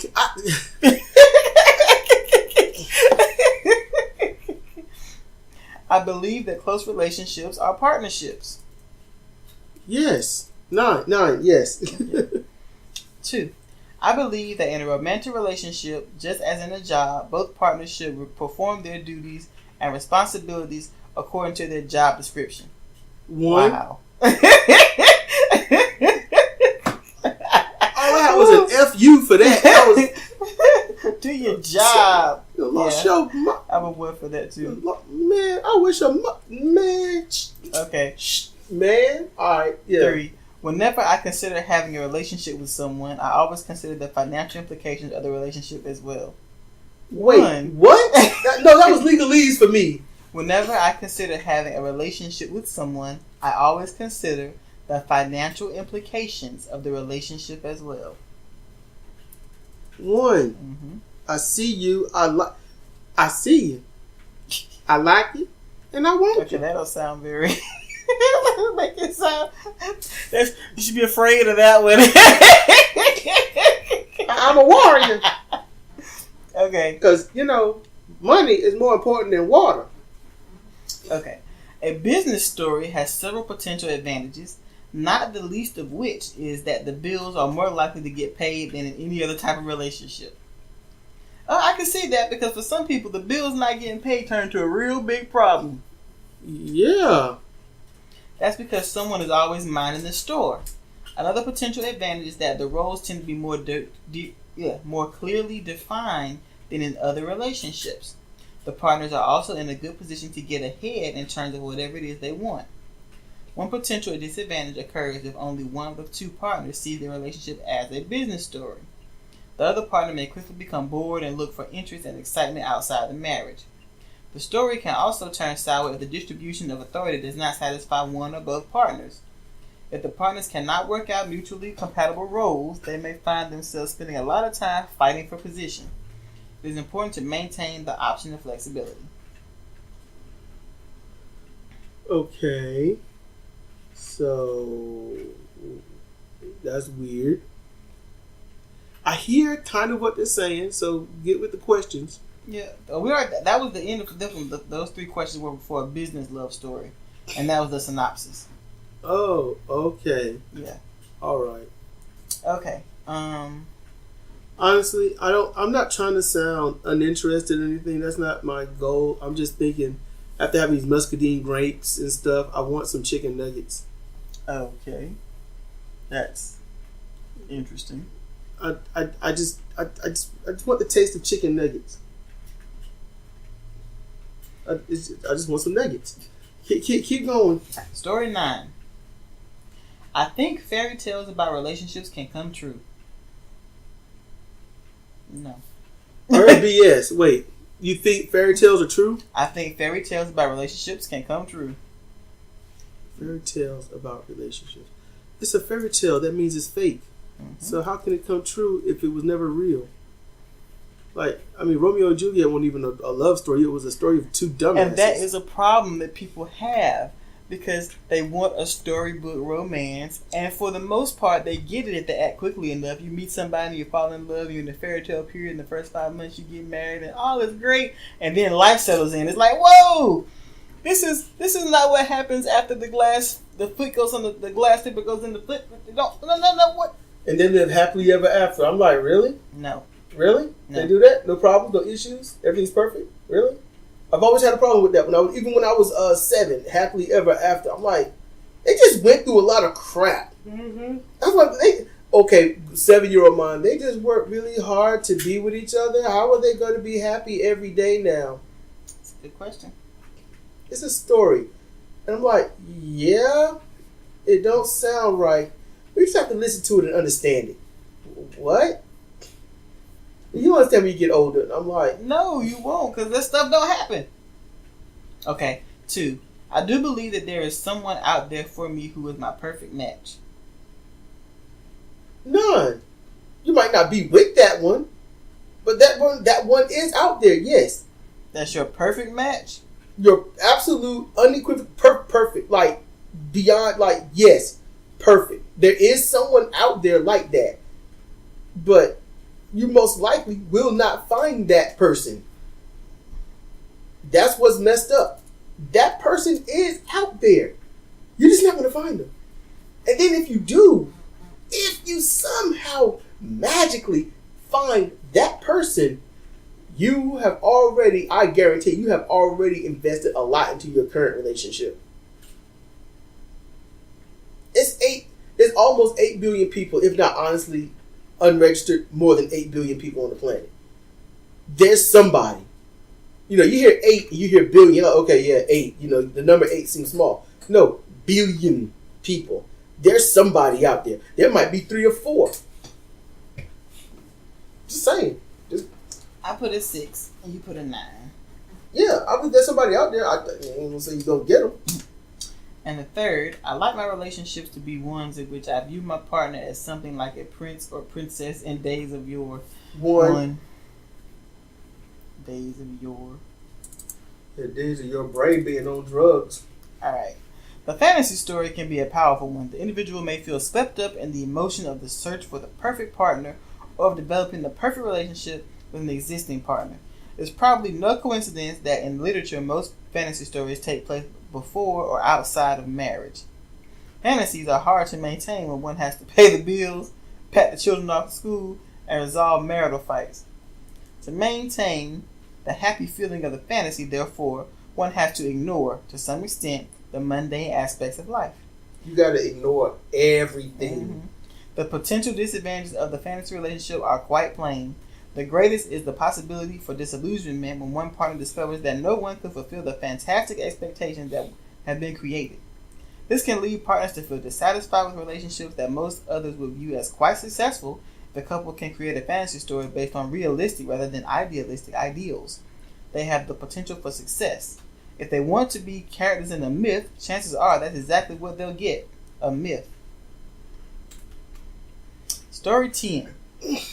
I think it is more interesting to argue than to compromise. 1. Wait, what? I heard argue and compromise. I think it is more interesting to argue than to compromise. 2. I don't know how this is supposed to go. Okay, in my mind, I'm like, it's interesting. So to me, if you and I are arguing, no matter how heated it gets, I'm listening. You know, I've done that. I learned to do that since I think 7th grade. No matter how heated of argument get, keep your ears open, because when they get mad at you and they start talking at you, you get to see how they really feel about you, and you can make a great, educated guess. Well, an educated choice to be around that person or not. But some people like to argue. And I'm not one of them people. You know, and arguing to me was like you and I playing Yu-Gi-Oh! I like... That's not arguing. That was a game. I know, but I'm saying it's like back and forth. It's counter. Who comes out with the best argument? And whoever actually has the best argument just wins. To argue when you have either lost or been proven wrong or somewhat wrong or something, to me, that's foolhardy and stupid. All right, that's what that is to me. So when we do argue, and I'm like, dang, you just got points. Not only have I learned something, but then I'm a little bit aroused anyway. But at the same time, I'm like, it strengthens the mind. I don't see an argument as just, let's rage out and yell at each other. At that point, you just might as well get some sticks and start whacking at each other. Because that's really all that is. And all to do is both of you are going to get hurt, and nobody learns anything. You might lose a stick. I don't know. But, yeah. So, I'm like kind of 2 on that. Okay. Let's see. I think frequent arguments help bring conflicted issues into the open and keep the relationship healthy. 1. Because that sounds like we want to argue just to argue, and then maybe to bring up something, and then we'll talk it out and resolve it. No. You bring it up, you talk, you chill. Now, if somebody feels insulted, that's when the argument usually happens. The 3rd, I actually like to fight with my partner. 1. Why the hell would you like to fight with your partner? Some people like that. Have a knockdown, drag out argument, and they go bang, and I love you. And then they're not arguing, you're bored. Oh, screw that. That was 3 for me and 4 for you.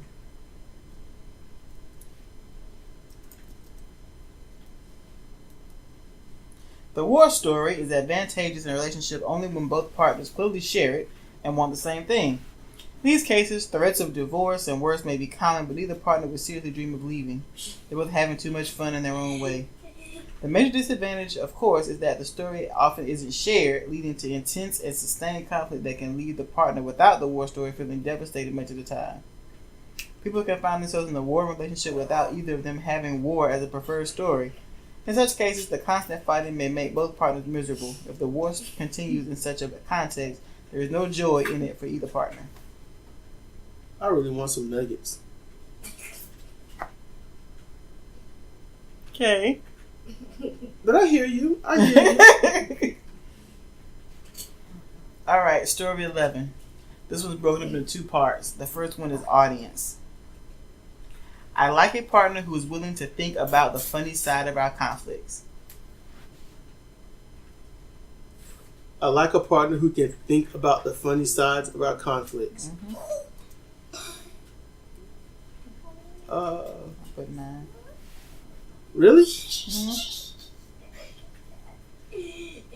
You know what? 9. No, 8. I'm an 8. Okay. The second one, I think taking a relationship too seriously can spoil it. That's why I like partners who have a sense of humor. 4 or 5. I'll read it again.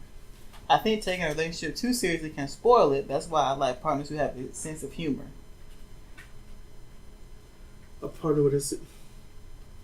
I don't know how to judge that. I just don't. Because as much as I'm like, okay, we have an argument that you can find things funny later. Yeah, it's conflicting with how I grew up with my family finding any problem I had funny and humorous, no matter how bad I was hurt. Let's not consider your family. Because that's... No. In the confines of a relationship. Or the confines of our relationship. Then 9. I like that you can find things funny, and I have to think about it later. I'm like, okay, I guess that was funny. My examples. Your examples are... It's so hard. Because we'll be arguing. And Cedric is trying to make his point. And I'm trying to listen. Because you got to listen and not be thinking about what you're going to say next. So I'm trying to listen. And he give an example. And that shit is funny as hell. And we're deeply enthralled in an argument, but he gives his example, and I start laughing. And in the beginning, he thought I was laughing at him or making light of it. I'm like, no, it's you. You know it's funny. You know it. And I'm like, I don't see how that's funny. I gave you a straight up, really good example, and that's crap that you're going to sit there and laugh about it. And then later, like weeks. Actually, in the beginning, it was years. I'm like, why is that? How is that still funny today?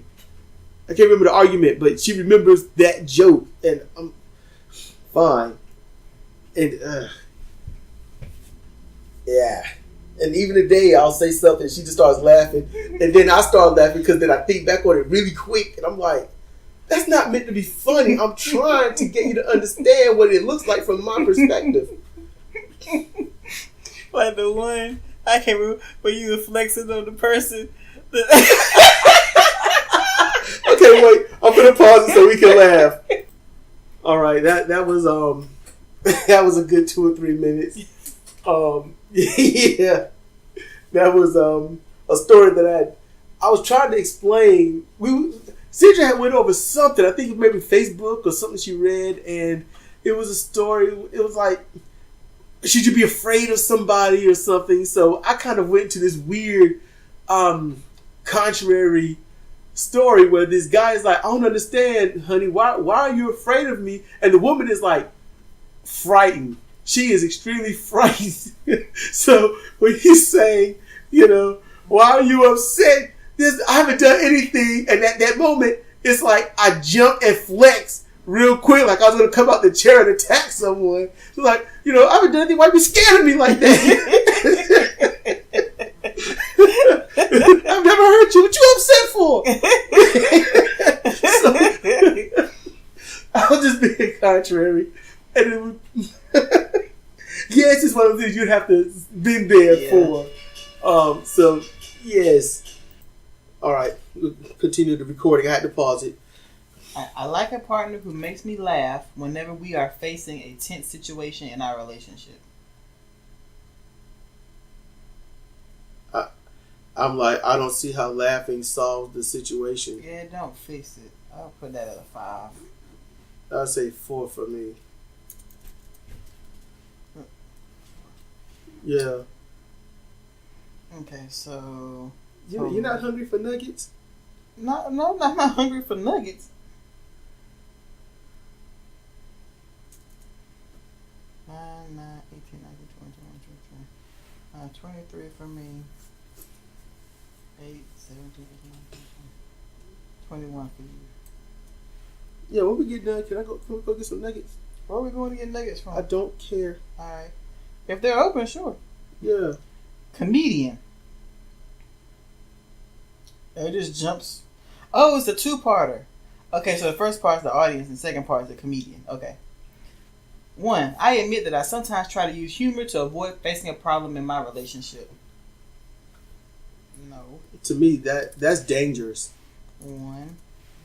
Yeah, 1. 2. I like to use humor when I have a conflict with my partner because I believe there is a humorous side to any conflict. 2. I have to put 1. I'm going to put 2 for you. 3. When I disagree with my partner, I often try to make a joke of it. I get old. I put 1 for me. Oh, me too. So if I have a conflict, making a joke of it makes a joke of the whole thing, and it seems to be disrespectful to resolving the conflict or the origins of the conflict thereof. Okay. So the humor story can have one enormous advantage. Most situations do have a lighter side. People with this story are likely to see it. When things in a relationship become tense, sometimes nothing works better than a little humor, especially if it comes from within the relationship.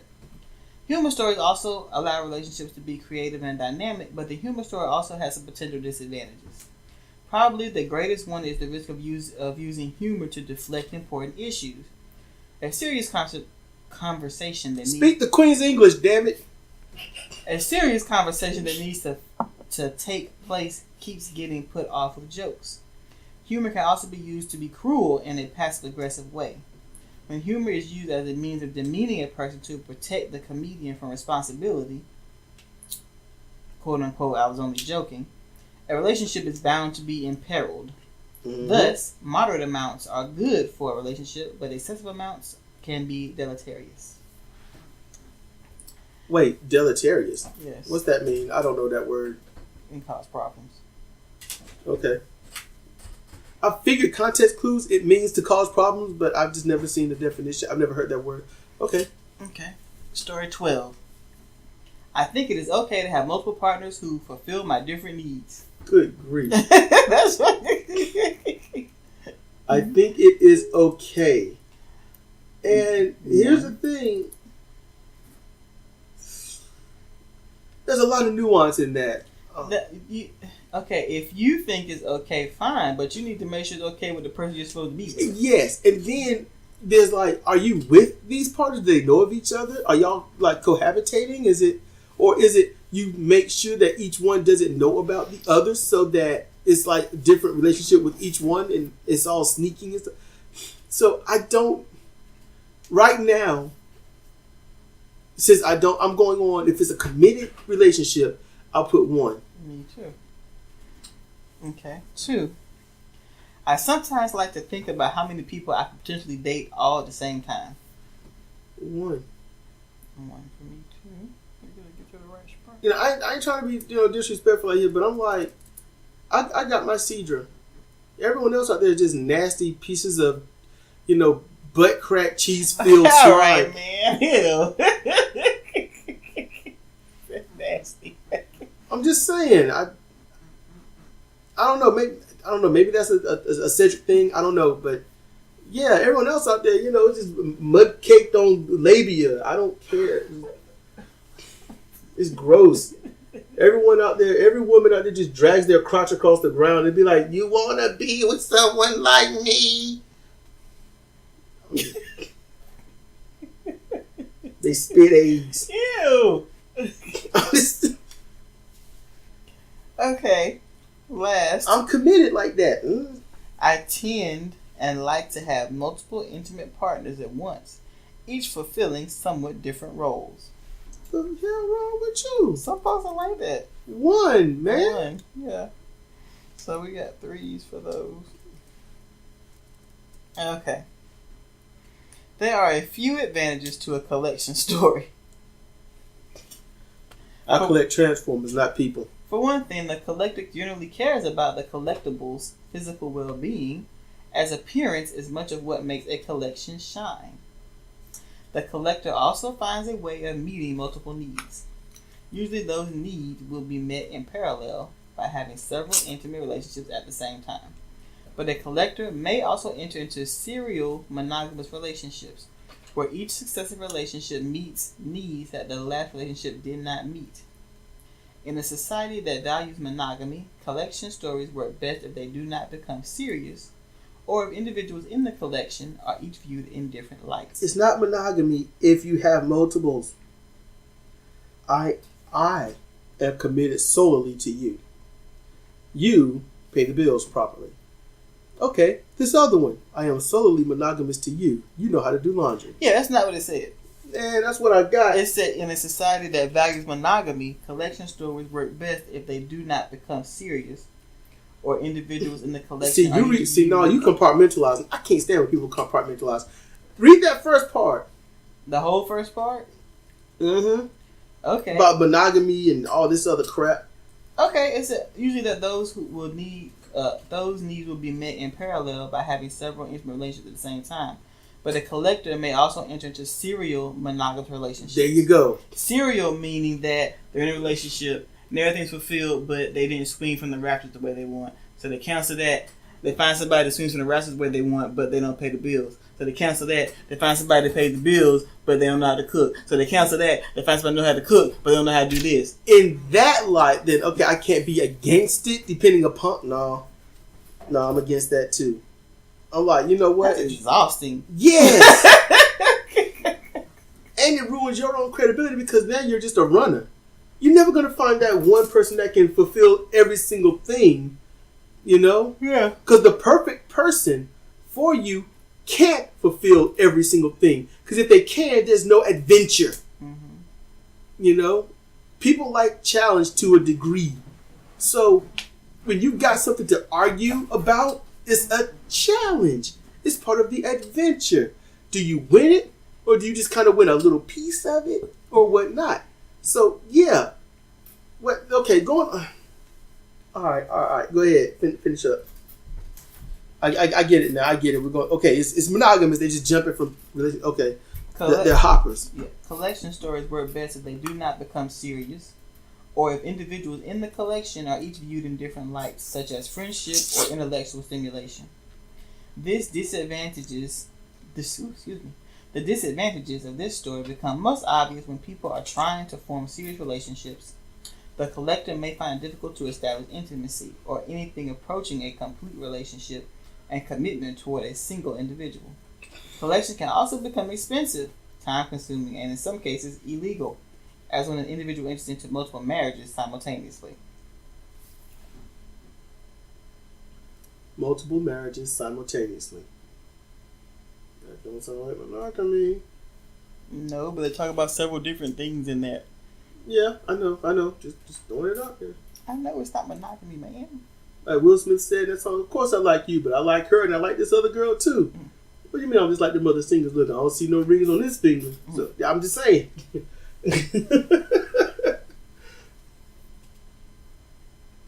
Y'all ought to listen to that song. It's quite funny. Okay, so that was all of them for this. That's all of them? Yeah. So it says, the directions say, rate each statement as on a scale of 1 to 9, meaning that it doesn't characterize, or 1 meaning that it doesn't characterize your romantic relationship at all, 9 meaning that it describes them extremely well. Then average your scores for each story. In general, average scores of 7 to 9 are high, indicating a strong attraction to a story, and 1 to 3 are low, indicating little or no interest in the story.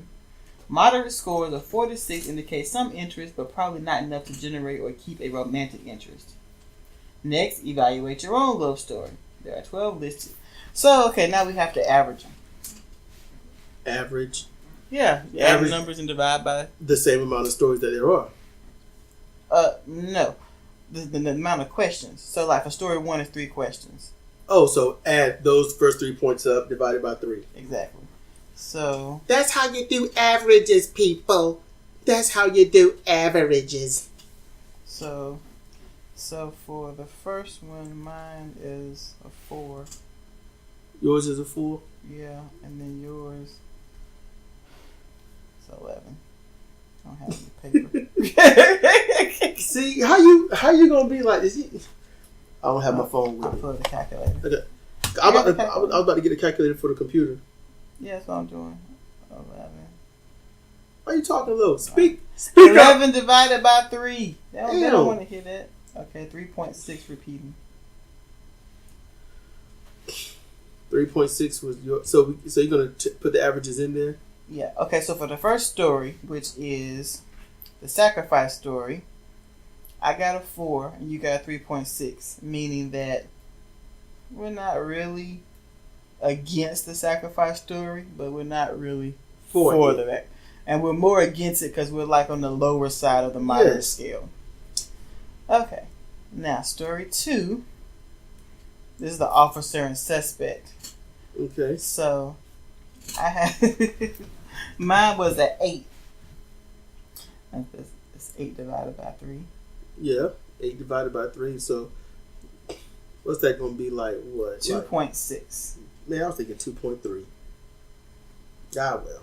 So, I'm not into the officer side of that. And yours are 21. So, that means yours... 7. So, you were more in favor on the higher end of the officer side. Suspect, I was a 13. It's going to be 4 point something. Yeah. Clear.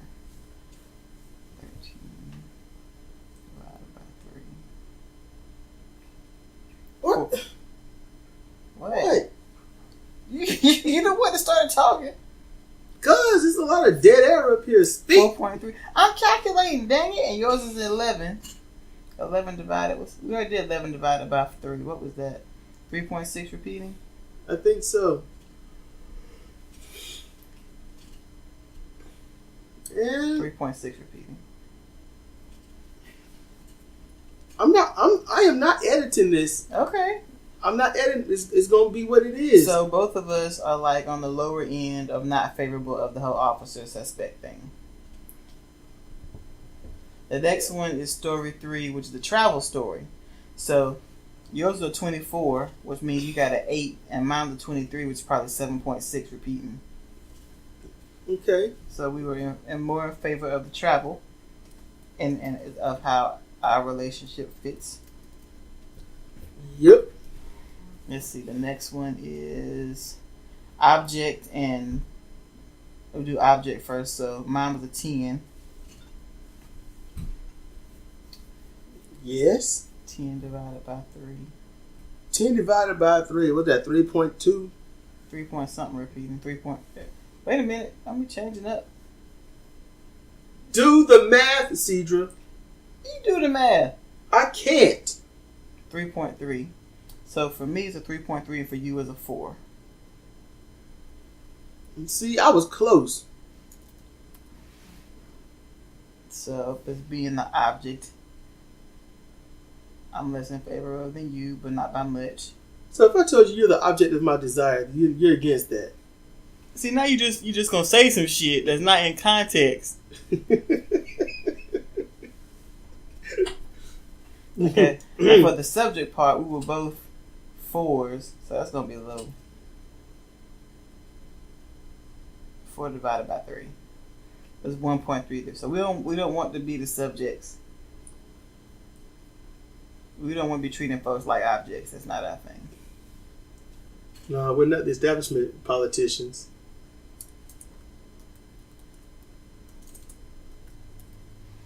Okay. And we surely ain't no incel people, a hook. Terrorizers, we're both average out to 1s. We don't want to be victims, and we don't want to terrorize nobody. That's right.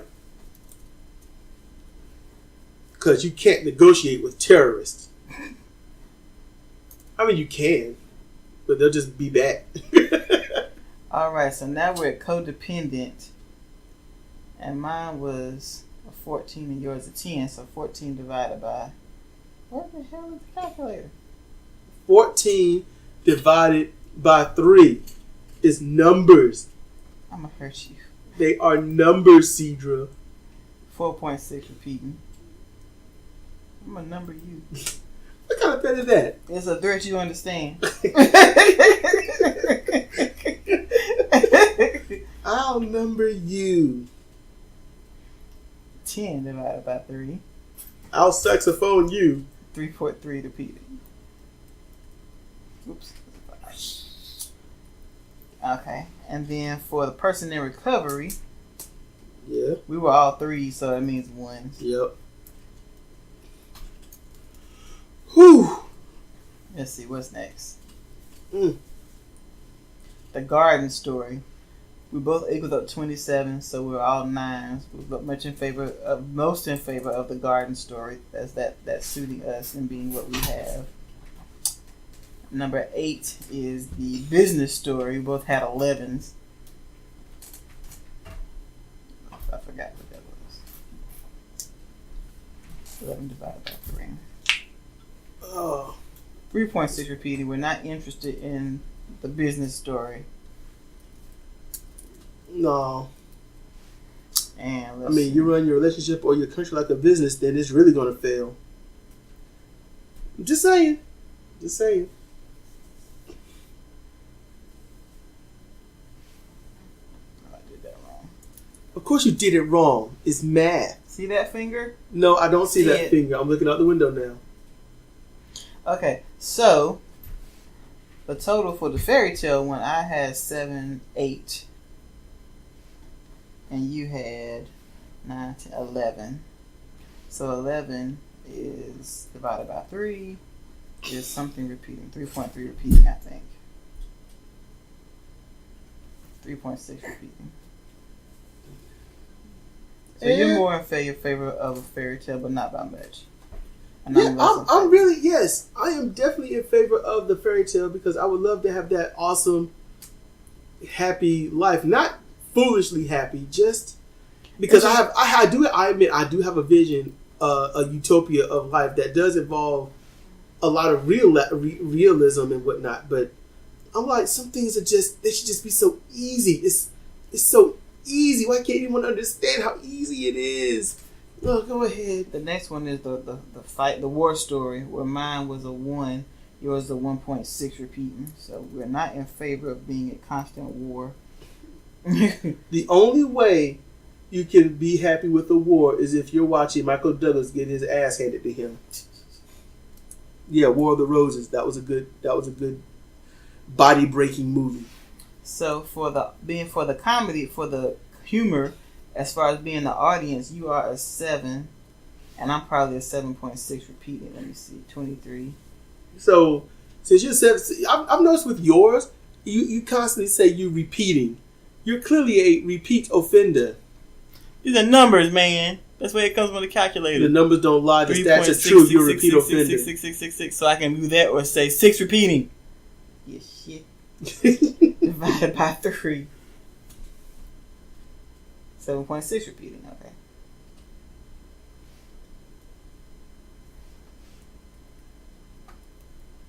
.6 repeating. So we're more in favor of a little bit of humor, but not in excess. Okay. For as being the audience. And as far as being the comedian, I'm a 1 and you're a 1.6 repeating. Oh, now I'm repeating. Yep. I ain't repeating. Too late. You repeated. Nope. It's done. Nope. And the last one is the multiple partner one. So we were both 1s. We ain't interested in none of that shit. It's the nuance. It's what they're trying to get out of it. Why I'm against it. I'm not against a multiple relationship. It's just not. I mean, but yeah, when you're gonna relationship hop because you're not getting one thing, or maybe it's a group of things. But I'm like, that's why you converse. That's why you talk things out and to see how they go. But if people are completely inflexible, yeah, every person should have some bit of flex to them. Because you never know what you will and will not like. There's certain things. It's like, I want a relationship where we go outside and mate with the grasshoppers. You just stand there and you self-fornicate and then you finish off on the grasshoppers. Certain things you just don't have to go into. Okay. I want you to put our sexual parts in this industrial strength fan. What? Yeah, it'll be so liberating. So how many times have you done this? Well, I haven't found that right person yet, but I think so. You want to put your breast in there, and you want me to put the only good thing on me in there. Because see, if you lop off your breast, you got everything else, like literally from hair follicle to toe. Once I lop my junk off, I am absolutely useless to myself and anyone else. You should give it a try. You should go to hell. How about that? Okay, so these are the examples that I give that make her laugh when I'm trying to be serious. Which I was trying to be serious. See, so now y'all have an example. There is no way that you could be engaged in a conversation and maintain a straight face when someone recounts that example to you.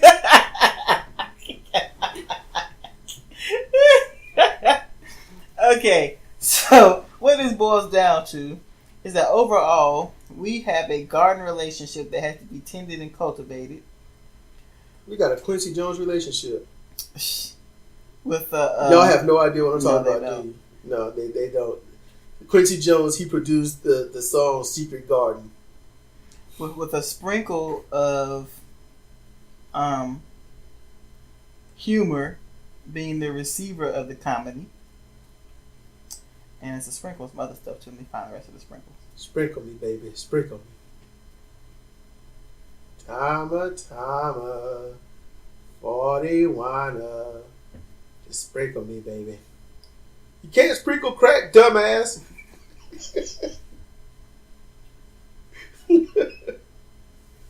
What are you doing, Sidra? I'm trying to find the rest of it. You don't know where you Shut up. And then there's a sprinkle.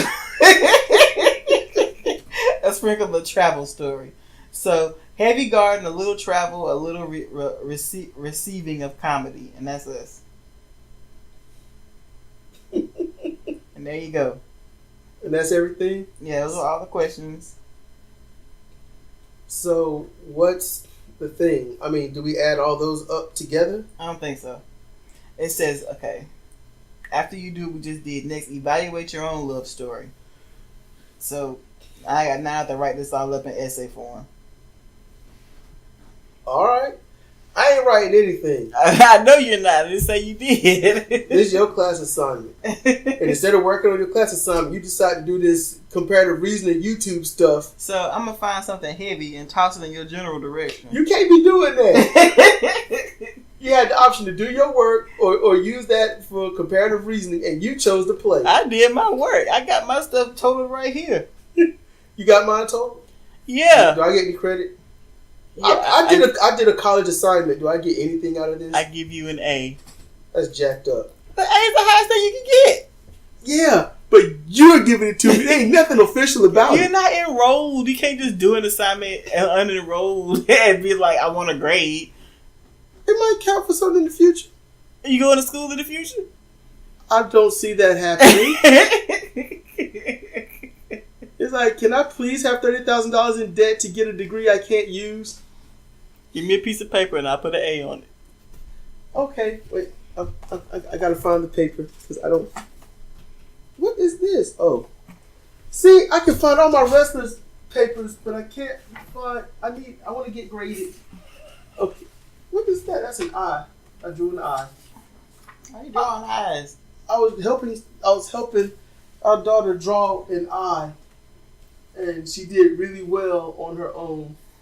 Okay. I mean, honestly, you can see the improvement was like immense, and that was like in 30 seconds time. I need something to write with. Now you need something to write with. You ask for too much. Hey, you didn't want the grade. I do want the grade. I want the grade. I don't.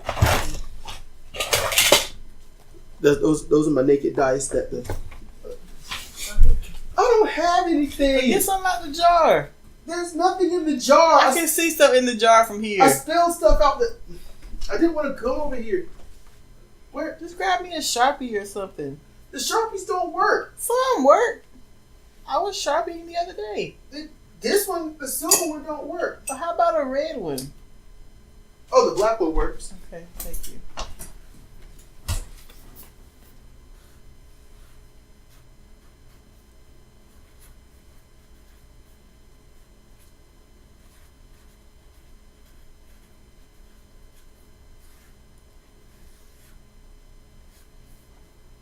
There's your A for your assignment. Yay!